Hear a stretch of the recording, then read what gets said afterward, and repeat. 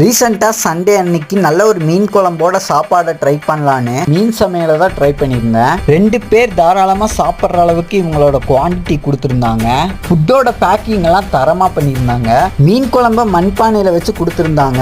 And இது open பண்ணுறப்பவே செம்ம satisfied. And open பண்ணி முடிச்சதுக்கப்புறமா இதோட ஸ்மெல்லு சூப்பராகவே இருந்துச்சு.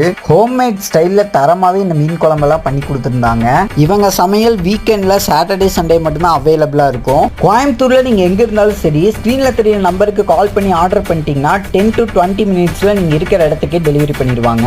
ஸோ இவங்களோட ஃபிஷ் ஃப்ரை ட்ரை பண்ணியிருந்தேன். ஸோ இதோட டேஸ்ட் எல்லாமே ஹோம்மேட் மசாலாஸ் மட்டும் யூஸ் பண்ணி பண்றதுனால டேஸ்ட் வைஸ் எல்லாம் சூப்பராகவே இருந்துச்சு.